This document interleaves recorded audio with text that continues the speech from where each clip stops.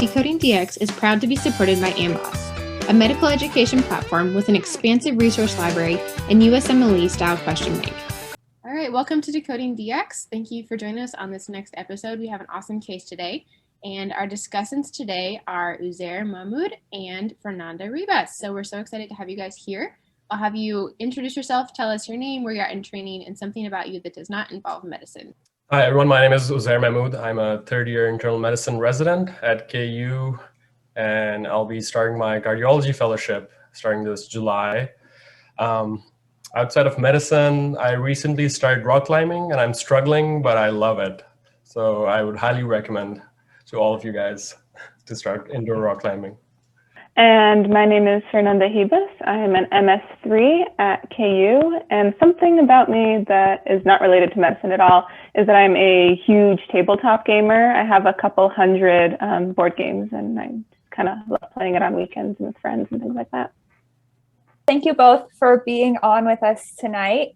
My name is Rachel. I am a new member of the Decoding DX team, and so this is my first night facilitating one of these conversations, so I'm excited to do so. So we'll get started. So first off, before I talk about the case in detail, this was a consult that I received when I was on the general medicine consult team. So first I want to have a little bit of a discussion about medical consults in general. Fernanda, if you have had any experience with this, talk about your experience with consults from either side, what type of consults there are and what it looks like being a consultant in the hospital. Sure. So I was on consults twice, once when I was on internal medicine and once when I was on neurology. We kind of get pulled in whenever something is either a little too complex for the primary team to take care of. For example, oh, we have a stroke patient. We've reached the point that we don't know what else to do with them, so please, neurology, come help us. Or, oh, this patient is altered. We can't figure out why. Can you come down and see what's happening? Sarah, can you talk about at KU the types of consults that you can have? So opinion, with orders? So there are three basic types of consults. The first one, that's the most common one, is co-management with signed orders. And the purpose of that is just to kind of assess what you think as a consultant and offer management options, but also help put in the orders. So you're directly responsible for putting the orders and communicating it directly to the team. Sometimes the consult is just for written opinion. So they just ask, what do you think about this specific condition? And what do you think we should do? So they're just looking for a direction as far as just kind of going through workup and management options is concerned. And then the third type is transfer of care. So if you feel like this is, for example, a cholecystitis patient that needs surgical intervention, and you feel like they would be better served being on a surgical service, then you request that they come in, evaluate the patient, and then transfer if they think it's appropriate to their service. So these are the three most common types, but certainly by far it's the co-management with signed orders that we get. Great. So yes, for this case on the general medicine consult service, we were asked the question, assist with hypertension management. And we were going to be co-managing with signed orders. So I'll give you a little bit of background as we did our chart review before meeting our patient. So on chart review, the patient was a 67-year-old female with past medical history unknown who had been admitted to the neurology service after a left ACA stroke 2 days prior to when we received the consultation. She was able to follow commands, but aphasic. No additional focal neurological deficits were identified. After workup, the etiology of the stroke was determined to likely be large artery atherosclerosis, and permissive hypertension had been allowed for the first 48 hours per the neurology team. But since admission, her systolic blood pressure had been consistently in the 160s to 180s. The patient's aphasia was gradually improving, but she was limited to yes or no answers. And the general medicine was consulted for management of hypertension. Again, her past medical history, unknown. Past surgical history, unknown. Allergies, unknown. Medications, unknown. But during the admission, she had been started on atorvastatin, aspirin, and Plavix for post-stroke risk factor modification. Family history, unknown. Social history, unknown. And other health behaviors, unknown. Labs, CBC, white blood cell count was 9.2, hemoglobin 14.9 with an MCV 107.7, and platelet count 230. Her CMP was all within normal limits, the potassium of 3.9 and creatinine of 0.72. All of her liver enzymes were also within normal limits. And a UA was normal. EKG done on admission, so sinus tachycardia without any evidence of acute ischemic changes. And then head CT did show the acute appearing left ACA territory infarct with no hemorrhagic conversion or any intracranial mass effect. An echo was also normal, with structures and function being normal with a left ventricular ejection fraction of 60%. Fernanda, I'd like you to give a one-liner problem representation for this patient, keeping in mind you haven't seen them. This is all what we've gotten from our chart review. So we've got our 67-year-old female who we were consulted on after a left ACA stroke 2 days prior. She currently has no focal neurological deficits with a likely atherosclerotic stroke. It's been 48 hours after permissive hypertension was allowed, and she's currently running in the systolics of 160 to 180. She has no known medical history. All right. Now, as a consultant, how are you going to approach this patient? That is a great question. She's following commands that aphasic, so it's pretty difficult to talk to her right now or find out any further information, even if we don't have, even if we have kind of nothing in the charts. So if there's no way that we can communicate by writing or pointing or asking phone numbers or looking at her phone or anything to see if we can find family members or somebody we can contact, then it would be smart to treat the hypertension kind of co-managing with the fact that she had a recent stroke, because there's certain medications that we would prefer on people who have strokes versus people who have something like heart failure or diabetes. But at the same time, if we can't find anything in her history, we can check her blood sugar to make sure she's not diabetic and her creatinine is fine, so we're not worried about kidneys, and just kind of go from there. Uzair, how do you typically approach a consult and then also that with a specific one, hypertension workup with limited history known and in the inpatient setting? Yeah, so the first thing that we kind of look for is what's the question? And I guess this is pretty clear in this consult because that's the first thing that your attending or your senior resident or your fellow is going to ask, like, what do they want help with? Usually it's one or two things. And here it's specifically for management of hypertension. So that's the first thing that I look for. And then related to that question, I start looking at the past medical history and then the medications and all that kind of good stuff through the H&P and everything. So with this specific case, since we don't know much, I would probably try to look if we have any outside records, especially like in Epic. There are certain times notes from outside providers that they've seen, try to get as much information as I can before I go and actually talk to the patient. So at this point, I would probably try to look at like Care Everywhere or other resources in Epic to kind of see if I can get any information to see how chronic this problem is. Because if it's something acute, you treat it in a different way. If it's something that's been ongoing for a long period of time, then you would want to know, like what workup has been done in the past and what management options have been completed, because that's going to guide your management. Based on what we know thus far, when thinking about hypertension, right, there's primary and secondary causes of hypertension. How are you going to go about considering if we're more concerned about a secondary cause versus a primary cause here. So just specifically for this patient, one thing that is concerning is her heart rate, and she is in sinus tachycardia. And one thing to remember always is that's the body's alarm system. So it's telling you that something's wrong and it shouldn't be treated with a beta blocker. That's one thing that we commonly encounter, people trying to correct sinus tachycardia with medications. But whenever you see that, always consider something's going on and the body's stressing out.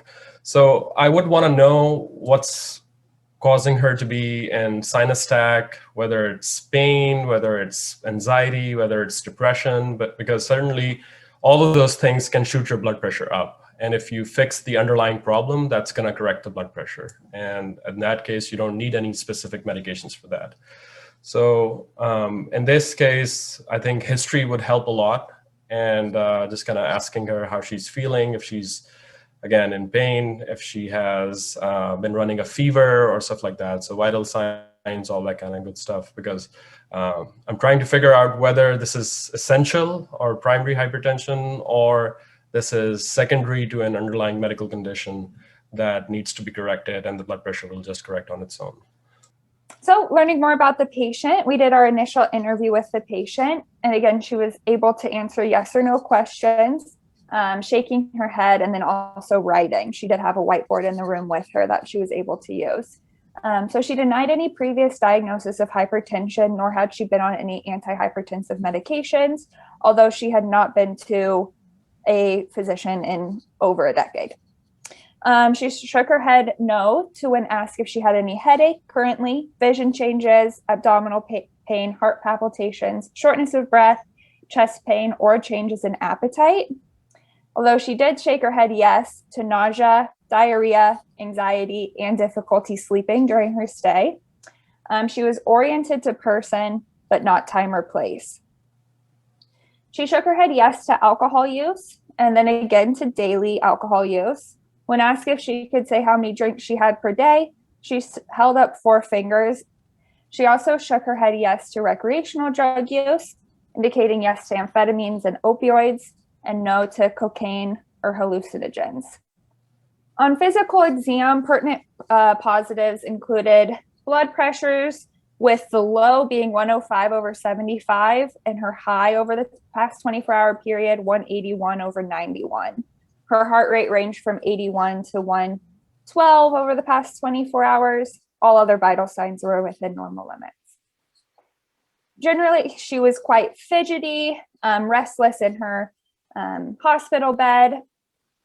She had significant rhinorrhea, and her pupils were equal and reactive to light bilaterally. She was tachycardic on cardiovascular exam, but there were no murmurs, rubs, or gallops. Respiratory, she was clear to auscultation bilaterally. Abdominal exam, non-tender, bowel sounds were rather hyperactive. Then her skin was noted to be moist with beads of sweat on her forehead. And when she outstretched her arms, there was a tremor, but no other focal neurological deficit outside of her aphasia was noted.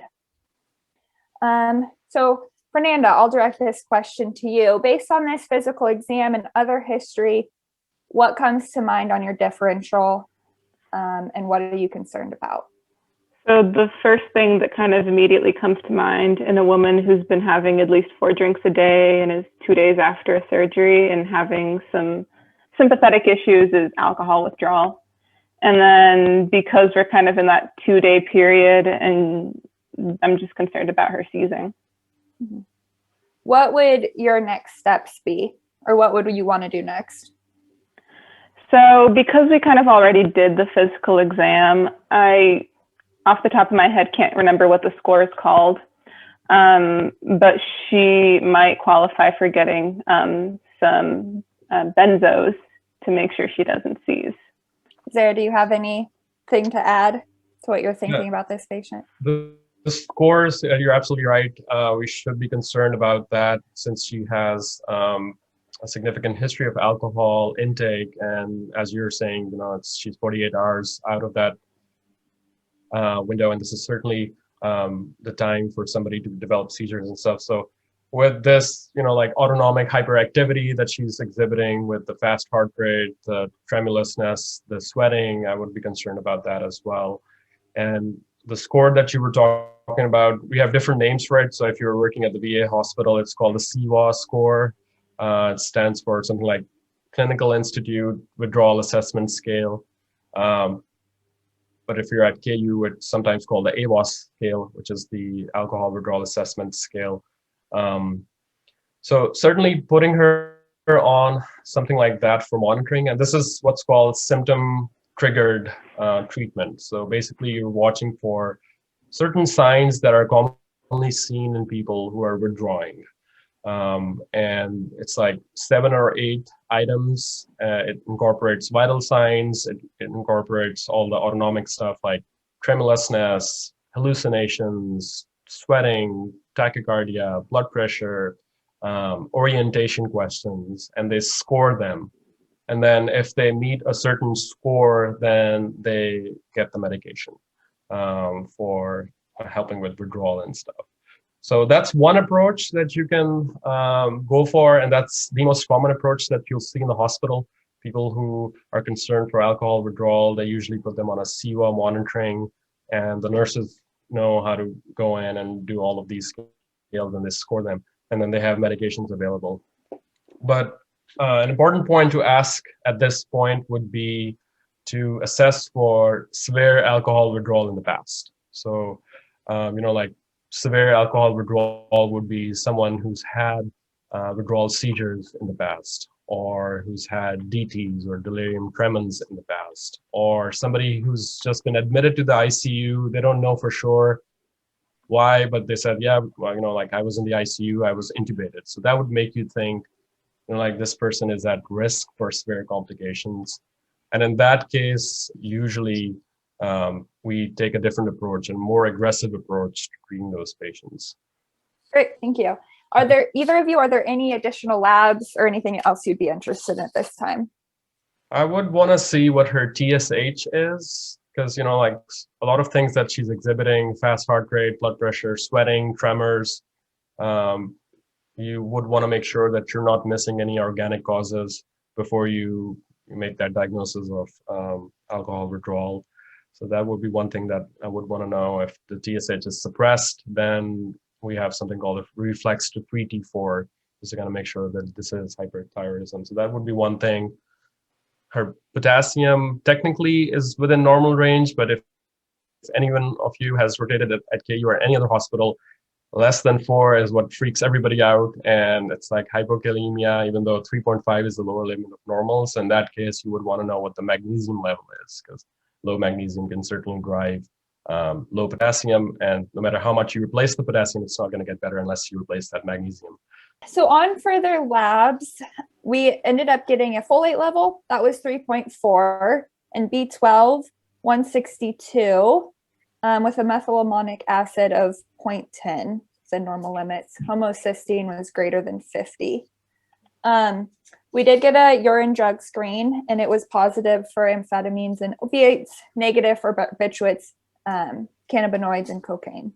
And then TSH was also within normal limits. We did get that as well. Fernanda, would you be able to talk to me a little bit about these vitamin levels, the folate, B12, how you would interpret these results in the context of the patient?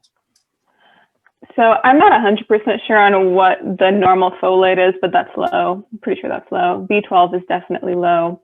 I was actually thinking about this earlier when we were talking about the CBC and how she had, she didn't have anemia, but it was megaloblastic. It was 107. And then it just kind of went to the back of my head. But just because she's had this long alcohol abuse, I don't know what her baseline mentation is, even after this stroke.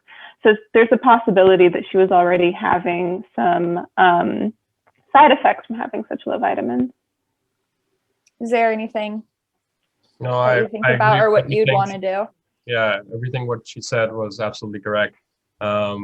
You look at the MCV and you see a macrocytic anemia, which could be from, like liver disease, just from alcohol abuse, but certainly you think about, because right now you don't have a peripheral smear. You don't know if it's megaloblastic, non-megaloblastic. you certainly think about vitamin deficiencies, especially in a person who's drinking. But yeah, and then mental status, that's a very important point. I think you were going for Wernicke's encephalopathy because, like certainly that could be very high risk in this population. So you want to make sure that their vitamin levels are checked and their glucose is checked and everything. So yes, as you all have already said, at this time we were definitely most concerned for polysubstance use withdrawal, specifically both opioid withdrawal and then also alcohol withdrawal, based on her history and lab results. She really denied any sort of previous alcohol withdrawal or experiencing symptoms like this prior to her hospital stay. So briefly, we talked about it a little bit, but Fernanda, can you tell me about what you know about the signs and symptoms of alcohol withdrawal? So signs and symptoms of alcohol withdrawal are kind of broken up into first 12 hours and the next, I think, 24, 48 hours, and then 78 hours. Kind of like the first 12 hours are when you start getting those kind of sympathetic activation. You get angry, frustrated, hypertensive.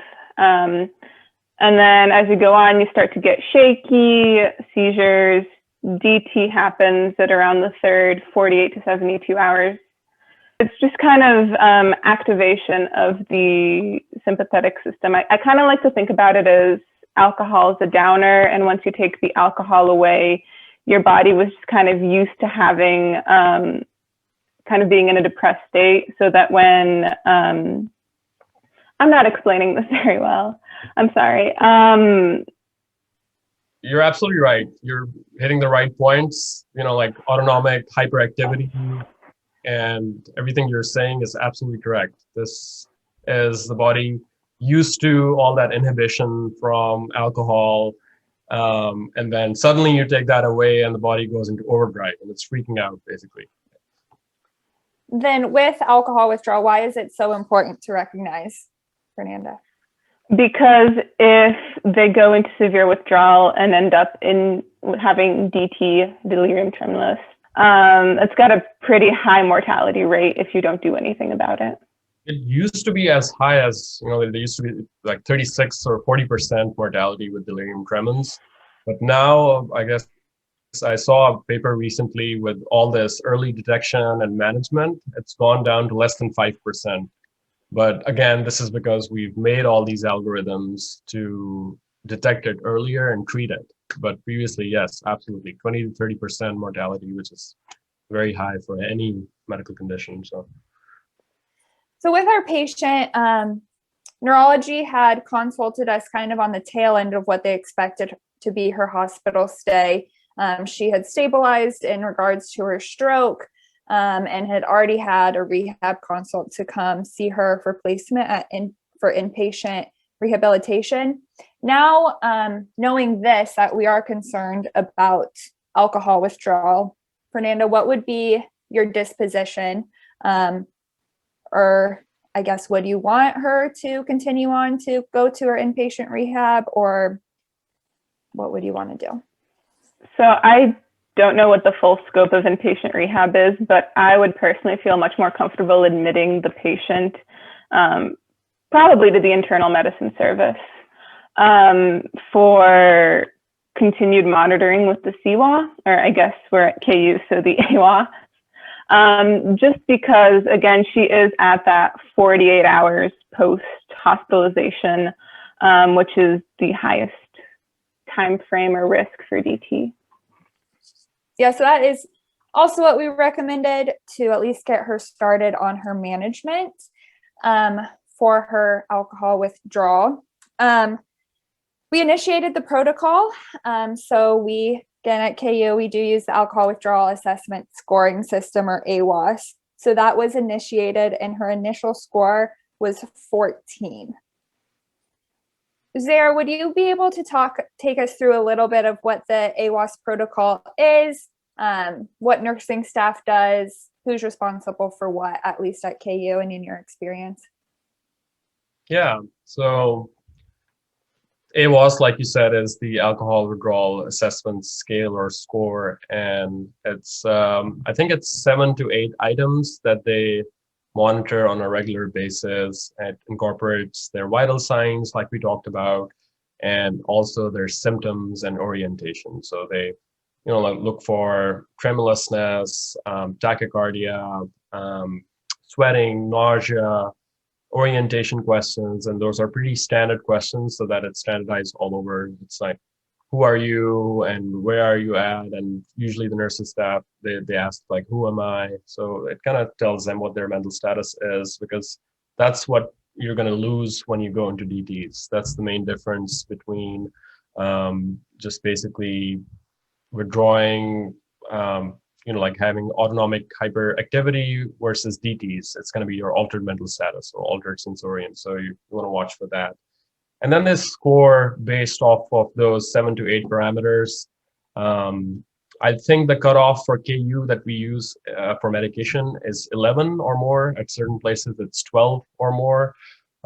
So if it's less than that, they just basically continue monitoring on a regular basis. If it's more than that, then that has different tiers of its own. So if it's above 11 but less than, I think, 14, they give a certain dose of lorazepam or whichever medication is ordered.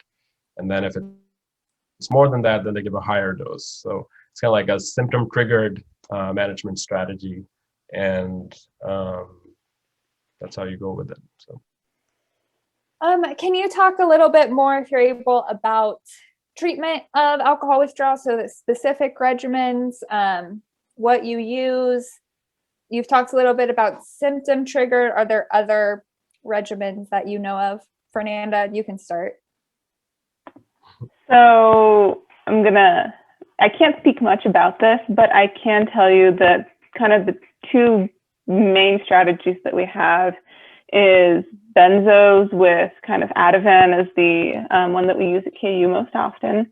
And then I also know a couple of protocols, especially when I was at the VA, also use gabapentin as the medication that's triggered based on the symptoms. I also know that if we do end up getting to the point where they've had seizures before or they start seizing, that we switch over the gabapentin to benzos because it's got much better research behind it.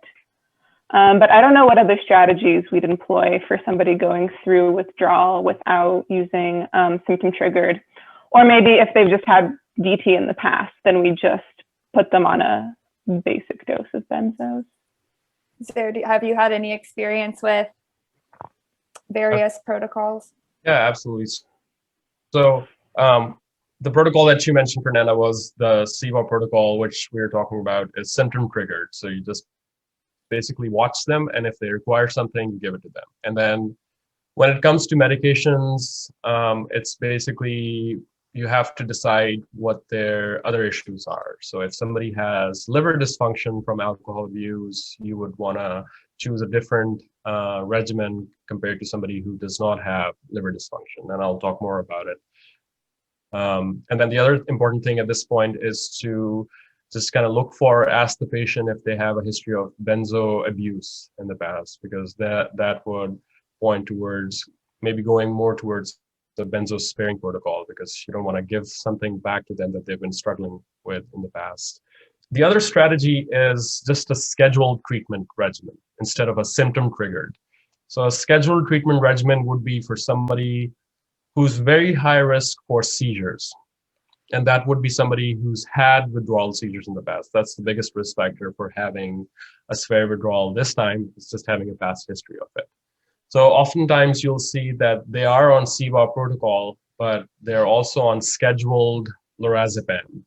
And that should point more towards patients who previously have had seizures. So you want to give them a constant supply of that GABA through that benzo molecule. And in addition to that, they can get as needed based off of their SIVA scores.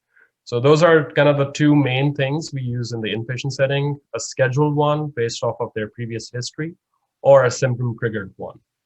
Now, I talked about like the medications that you can use for treating withdrawal, and certainly, like Fernanda was saying, for most favored is a benzo regimen. But recent evidence is pointing more towards going, like towards a benzo-sparing and symptom-triggered protocol, just because of the addiction potential for benzos and all that things that come with benzodiazepines. So when choosing benzodiazepines, a couple of options we have are diazepam, lorazepam, which is Ativan, and chlorodiazepoxide, which you will hear, it's called Librium. Why we choose Ativan most of the time and why you see it in the hospital for the most part is a lot of these patients have liver dysfunction, either from chronic alcohol use or they've, over the course of the past couple of years, they've developed non-alcoholic fatty liver disease or something like that. But very commonly, you'll see some sort of AST, ALT elevation. There's no set guidelines, but that's what most people are comfortable with using. So that's why you'll see a lot of Ativan used.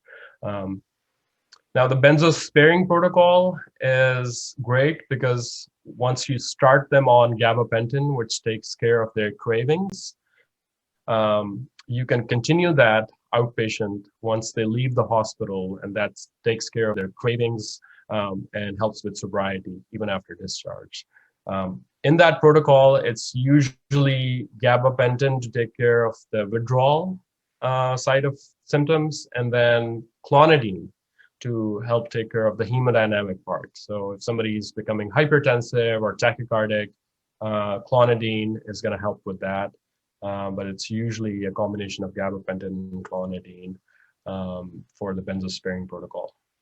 Yeah, so in our patient, she was started on the benzo-sparing protocol. So we did start on the clonidine and gabapentin taper.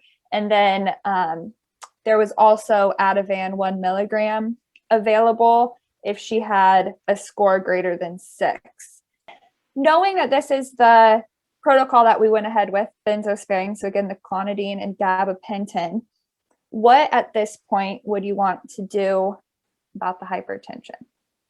I honestly don't know. I'd first want to actually see, because she was scoring, what was her score? 14. That would have definitely triggered something. I'd want to see what her reaction to the medication you were giving her would have been. Because theoretically, if the problem here is alcohol withdrawal, the treatments that we're giving her should bring her blood pressure down. Yeah, I agree. It's, you would see a lot of times hydralazine or labetalol being ordered for PRN for high blood pressures. But if you're saying that this is alcohol withdrawal and you have a medication that takes care of that part, the clonidine, then I would want to see how she does once it's appropriately managed and if she's still running high. So I wouldn't want to, at this point, I wouldn't want to give her any specific antihypertensives, and I would just want to see how she does once her withdrawal is more appropriately treated. Yeah, so that is also what our team decided. We wanted to see how she responded to this medication and how her blood pressure specifically responded. In the setting of the clonidine, we were definitely concerned if we put another antihypertensive on board that she might actually become hypotensive, and wanted to avoid that. So pretty quickly within starting the clonidine and gabapentin taper, she responded really well and her AWAS scores improved very quickly. She only needed, I think, 1 dose of the Ativan for a score greater than 6. Within 24 hours, her blood pressure improved and was consistently in the 130s to 180s. So at that time, we didn't feel strongly about starting an additional medication for hypertension, as we wanted to continue to see how she did once she was outside of the hospital. Zara, in your experience, how long do patients who are started on alcohol withdrawal or an AWAS protocol, if any other complaint has already resolved, as in this patient, neurology felt from her stroke standpoint, she was ready to go and transfer to inpatient rehab. So how long would you want to keep her? Usually, there's, again, no standard. There are no guidelines as to how long you should watch a patient. It's very patient specific, depending on their past history. Usually, if somebody gets admitted for alcohol withdrawal and you know at the exact time when they had their last drink, So that's a very important question to ask whenever you're admitting somebody to the hospital, to ask when their last drink was and what time it was. Also, what it was, because I don't know if you guys have heard about like standard drinks, because that's how you assess somebody's alcohol abuse potential and how much they're drinking and how much withdrawal you're gonna expect over the next couple of days.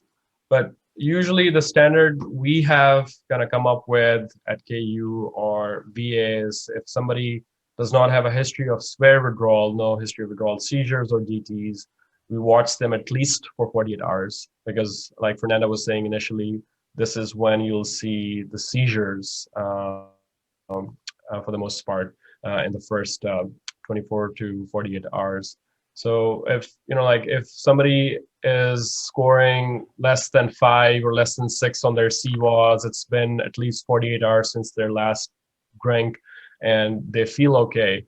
Because a lot of times alcohol abuse or alcohol use will give them a lot of nausea and diarrhea. So one of the other things that I would want to know is if this patient is reliably eating and drinking.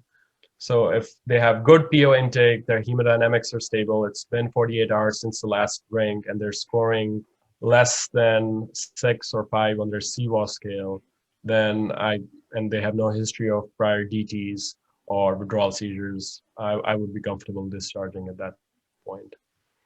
Yeah, so that's essentially what ended up happening with our patient, since it had already been 48 hours since she had been admitted to the hospital.